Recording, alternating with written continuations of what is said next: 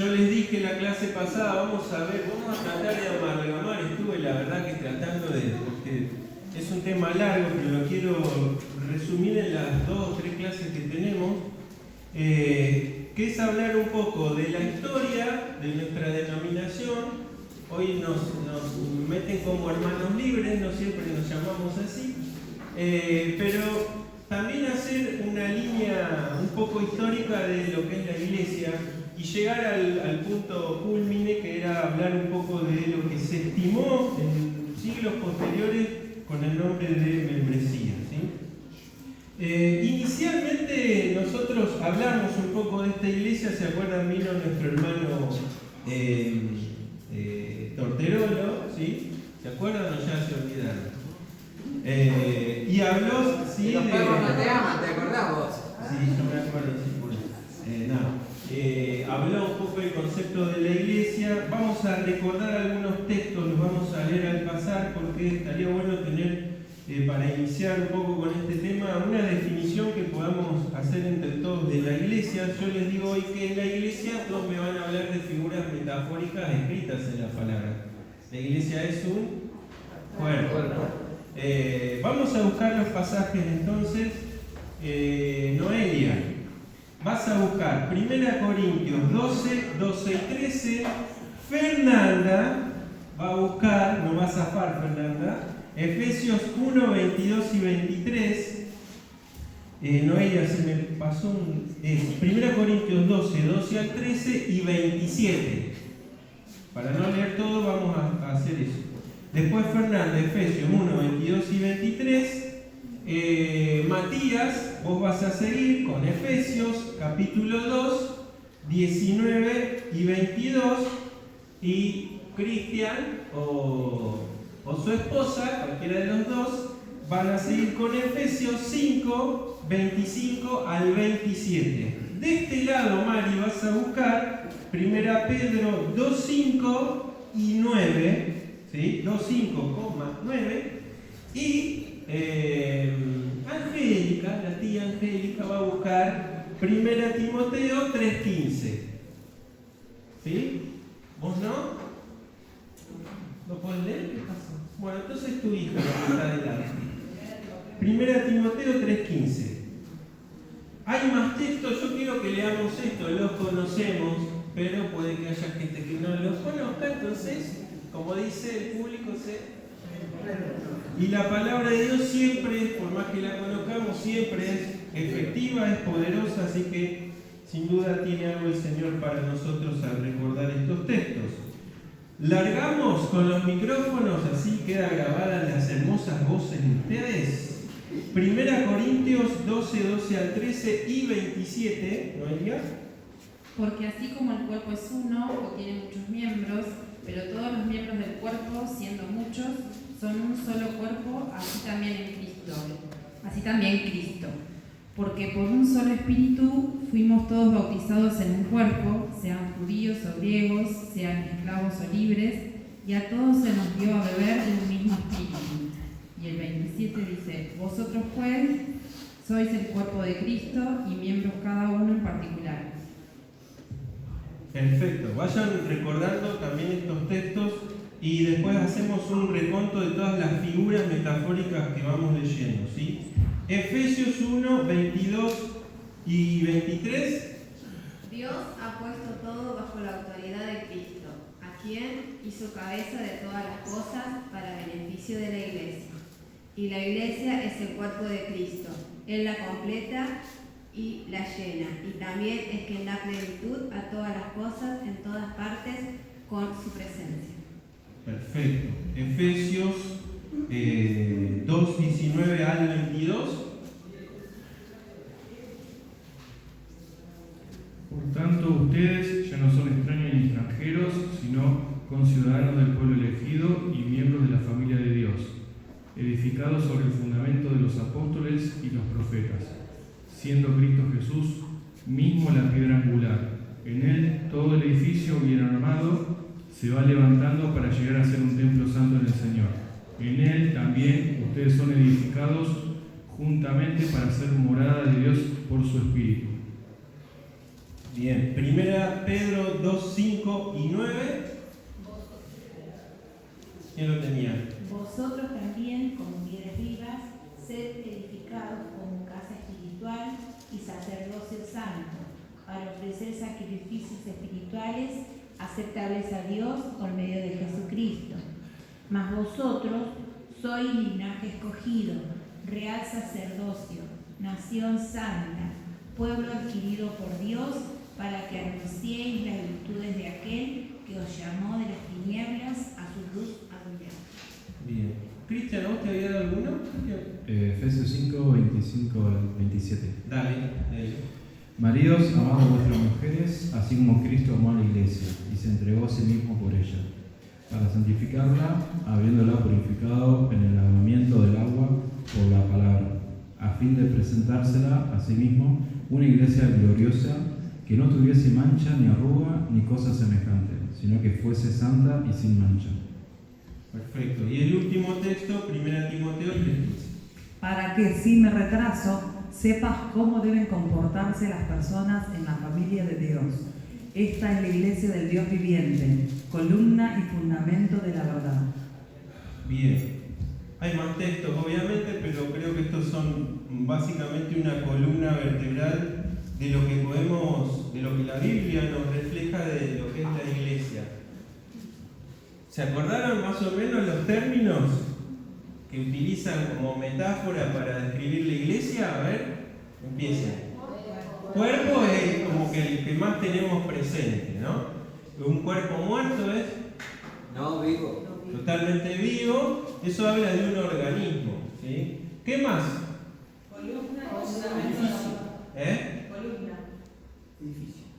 Edificio, ¿no? También es un edificio que está ahí inerte. Está formado ¿por qué? Por piedras que somos nosotros, estamos muertas, esas piedras están ahí, están vivas, y el fundamento de ese edificio, ¿cuál es? ¿Es Pedro? No, Jesucristo. Es Jesucristo. Lo dijo el mismo Pedro, ¿no? Sabemos que algunos lo metieron ahí como el fundamento, y no es así, ¿no? Importante tener en cuenta esto. ¿Qué otra palabra así de uso? También se usa templo. ¿Qué más? Se acabó. Pueblo. Muy bien. ¿Qué más leyeron por ahí? Familia. Bien. ¿Y qué más? El último texto, creo que fue 1 Timoteo 3:15, que ustedes dirán para qué estaba ese texto ahí, habla de la iglesia como figura de que de una es la esposa de Cristo, ¿sí? Y habla de esa unión que después Pablo dice que es un misterio, ¿no? Sin embargo está ahí en la palabra de Dios como la iglesia es una con Cristo. Si tuviésemos que hacer una definición corta de la iglesia sin usar palabras metafóricas, ¿qué podríamos decir que es la iglesia?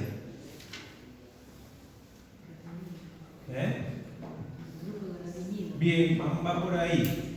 Un grupo de personas, ¿verdad? ¿Cuál es esa característica de esas personas? Son salvos, o sea, han aceptado ¿a quién? A Cristo como el Salvador y el Señor de su vida. Inmediatamente que han recibido. El Espíritu Santo. Hoy se hablaba también de eso, ¿no? El Espíritu Santo pone que es una marca.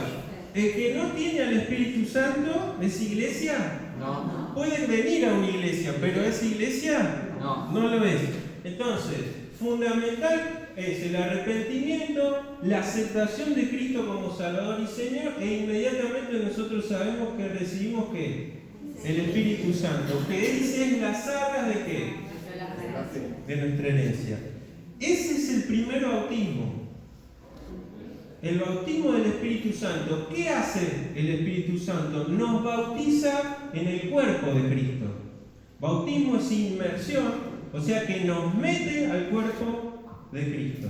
Por eso es que nosotros somos iglesia antes de ser bautizados por agua. Importante que tengamos esto porque después todo se traslocó a lo largo de la historia, poniendo incluso al agua como medio de limpieza de pecados. ¿Está? Entonces, fundamento de la palabra de Dios. Los que tienen a Cristo y tienen el Espíritu Santo pertenecen al cuerpo de Cristo, porque el Espíritu nos bautizó en Cristo Jesús. ¿Sí?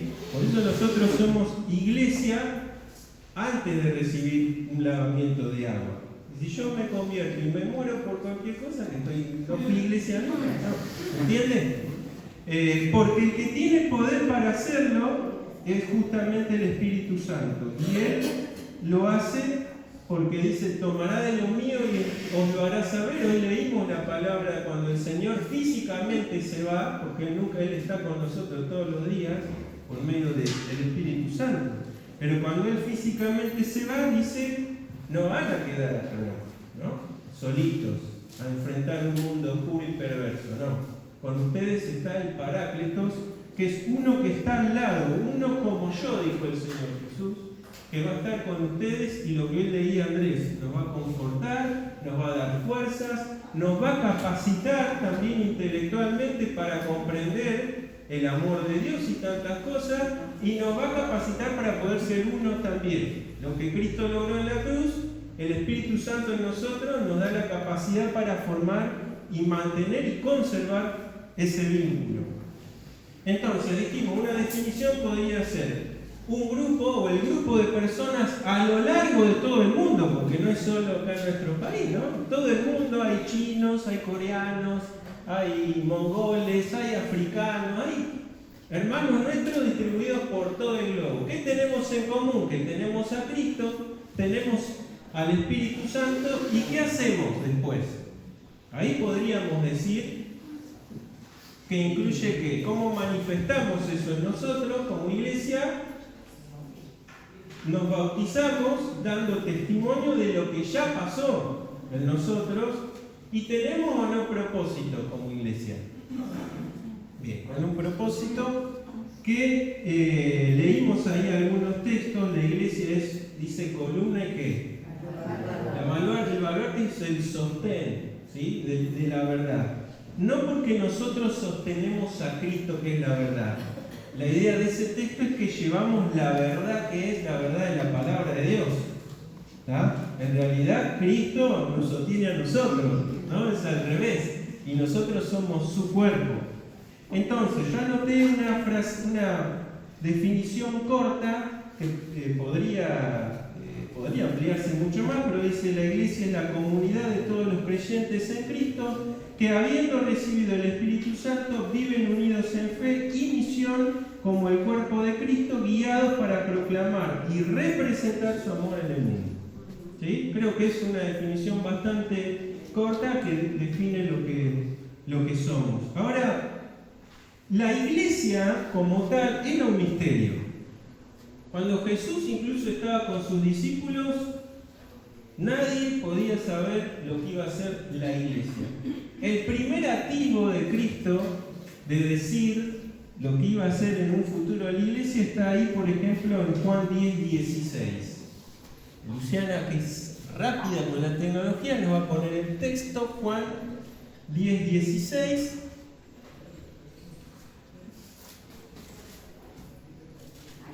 Perfecto. Dice: también tengo otras ovejas que no son de este redil.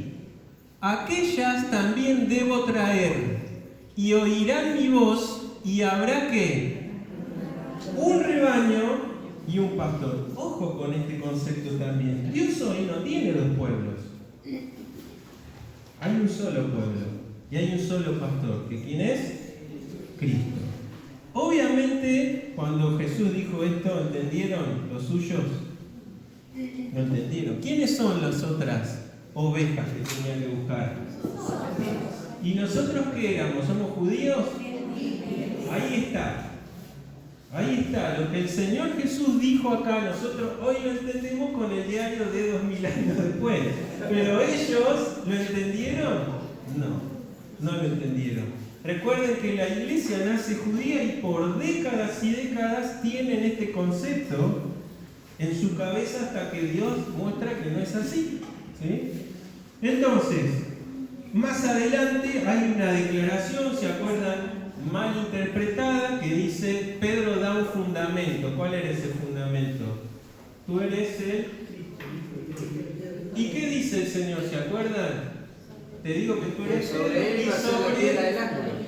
¿Era sobre Pedro la declaración?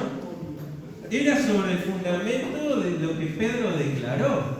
¿Tá? De hecho, si hubiese sido así, Pedro en su carta hubiese escrito. ¿Y qué dice Pedro en su carta? ¿Cuál es la piedra? Es Cristo. Es Cristo. Por eso fíjense lo que hablábamos mucho de el contexto de la Escritura y cómo muchos torcieron esto también a lo largo del tiempo. Pero tampoco es algo que seguramente ellos entendieron cuando Jesús lo dijo, lo tuvieron que entender después. ¿Cuál podría ser? Nosotros sabemos en el momento, hoy se nos recordaba, el Señor se iba y el Señor les da una comisión, ¿sí? A ellos. ¿Cuál era la comisión? Primero un mandamiento. ¿Qué tenían que hacer? Permanecer juntos y tenían que esperar algo, ¿no? La promesa. ¿La qué promesa? Que iba a descender el Espíritu Santo. Eso es lo primero que el Señor le dijo, ¿no? No se vayan por ahí, quédense juntos y esperen la promesa. ¿Cuánto tiempo después vino el Espíritu Santo? Que el Señor se va. 50 días, ¿sí? Es en la fecha de Pentecostés. Y les dijo, les dio una tarea, después que venga el Espíritu Santo, solo después que venga el Espíritu Santo van a recibir ¿qué? Poder. ¿Poder de quién? De Dios. Poder de Dios. ¿Para qué? Para ser discípulos. No podemos ser testigos sin el poder de Dios. Y de hecho ellos, ustedes dicen, ¿cómo un puñado de 12 pudo trastornar tanto un imperio? ¿No? ¿Fue por los 12 en sí? Bueno, no le vamos a sacar mérito. Obviamente eran personas que tenían un corazón dispuesto, pero lo que estuvo en ellos fue el Espíritu Santo. Y lo que está en nosotros, hermanos, es el Espíritu Santo. El mismo Espíritu Santo que estaba con ellos. No hay un Espíritu Santo más chiquito que ellos. A veces miramos a los anteriores como, no, pero bueno, me vas a comparar con Pablo, con Pedro.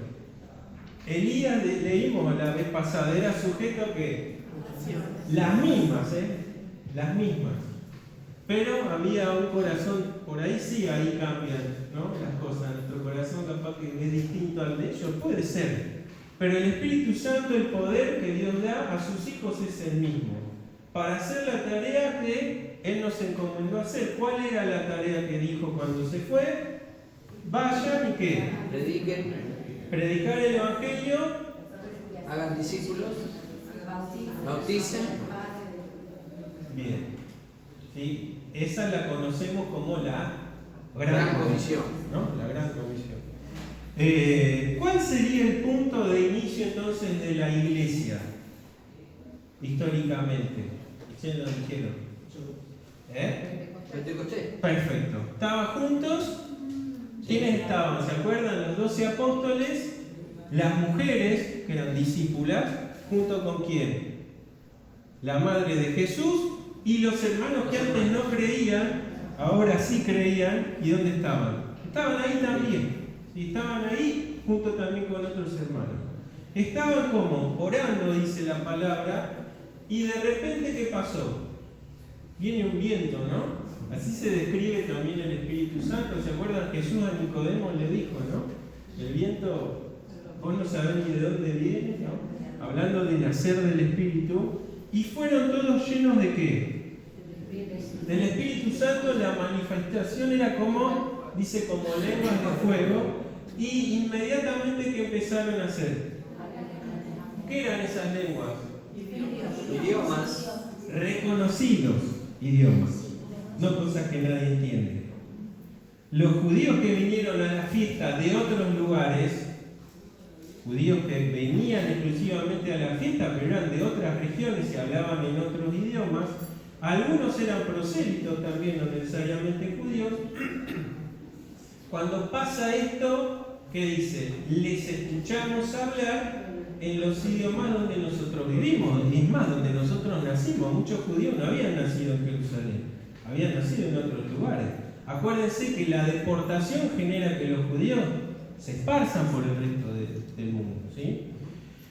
¿Y qué pasa ahí? Se glorificaban a Dios en esos idiomas, por eso los entendían, no eran cosas inentendibles, ¿no? Y era la promesa que Pedro mismo se levanta ahí, porque obviamente habieron voces que dijeron esto, tomaron hasta quedar, ¿no? Borrachos. Ahora, algún borracho puede hablar de... Yo, por más que me tome 2 botellas de vino, no hablo ni inglés ni loco, ni alemán, ni ruso, ni nada, ¿no? No se te entiende nada. Es más, ¿viste? Ni en castellano. Pero Pedro dice algo ahí interesante. Ellos dijeron, estos están llenos de ¿qué?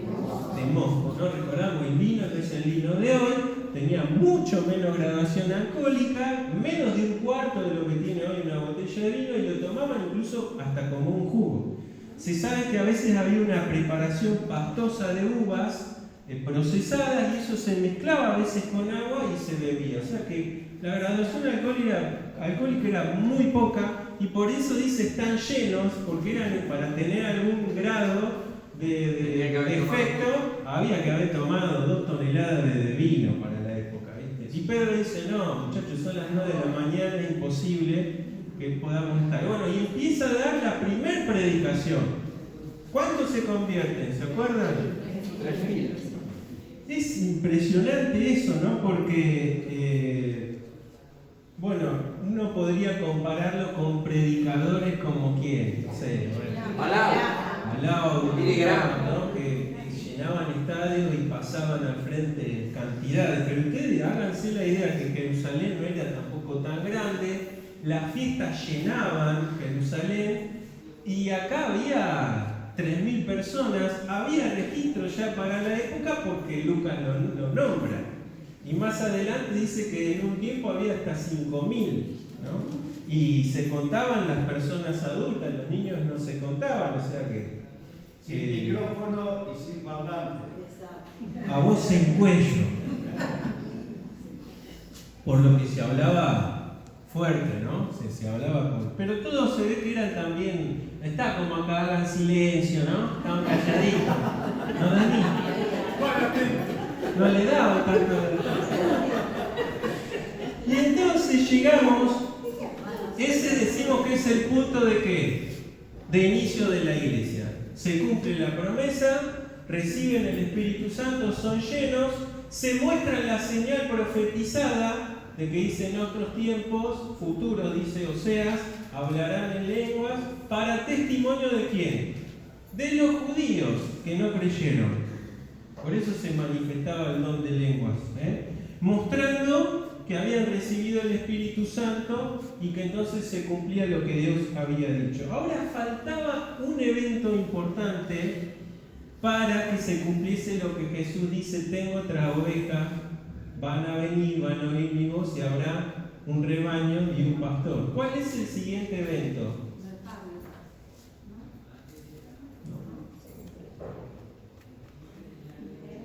Están pensando, yo sé que están ahí, lo tienen en la lengua. Los que se convierten, ¿qué eran acá estos 3.000? ¿Eran gentiles? Eran judíos. ¿Qué faltaba? Bien ahí. ¿Qué pasaba? Había un hombre que, si bien no era prosélito, era un centurión que seguía la fe, ¿sí? de Israel, de adorar a un solo Dios. Acuérdense que ellos eran politeístas. Tenía favor, hacía oraciones y tenía favor también con el pueblo. Y como la devoción a Dios no es suficiente, baja un ángel y que le dice a Cornelio: anda a llamar a un tal Simón, y le da las instrucciones, ¿no? Pedro, que todavía tenía su concepto de los salvos somos los judíos y nada más, baja un lienzo con animales. ¿Qué animales eran? Eran animales que ellos no comían. ¿Y qué se le dio? ¿Qué le dijo la voz? Mata y come. Pedro no, estaba acostumbrado a decir que no, Pedro, ¿no se acuerdan cuando le quiso lavar? ¿Me vas a lavar? ¿No?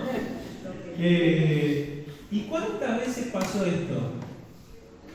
3 veces, ¿no? Y dice, mientras Pedro meditaba en esto, ¿quiénes llegan? Los emisarios de Cornelio le cuentan lo que pasó, el Espíritu Santo le dice a Pedro, no te niegues a ir con ellos, anda. Cuando Pedro llega, no va solo, ¿a quién se lleva? Algunos hermanos judíos se llevan con él. Bien, pues sabio Pedro ahí, porque era necesario el testimonio de los judíos. Llega, Cornelio había juntado a su familia, a sus amigos, y estaban esperándolo. Pedro llega, empieza a predicar a Jesucristo. Acá no hay ninguna oración de fe, repita conmigo estas palabras que escuchamos. Dice que estaban escuchando y ¿qué pasó? El Espíritu Santo desciende y comienza ¿qué? A hablar en lenguas otra vez. Y entonces ¿qué pasó con ellos? Quedaron, casi se caen para atrás como las historietas vieron de Maturuzú, que ¡pam! Caían para atrás. Estaban asombrados de que también que los gentiles hayan sido elegidos por Dios para hacer la iglesia. Esa consternación, después nosotros vemos que hay todavía resistencia, lógicamente que iba a haber resistencia, pero es la manifestación de que acá es como que uno dice, bueno, acá se cumple lo que Jesús dijo, esas son las ovejas de otro redil, y entonces ahora se manifiesta visiblemente para los judíos de que los gentiles eran esas ovejas, y entonces ahora sí había que un solo rebaño y un solo pastor.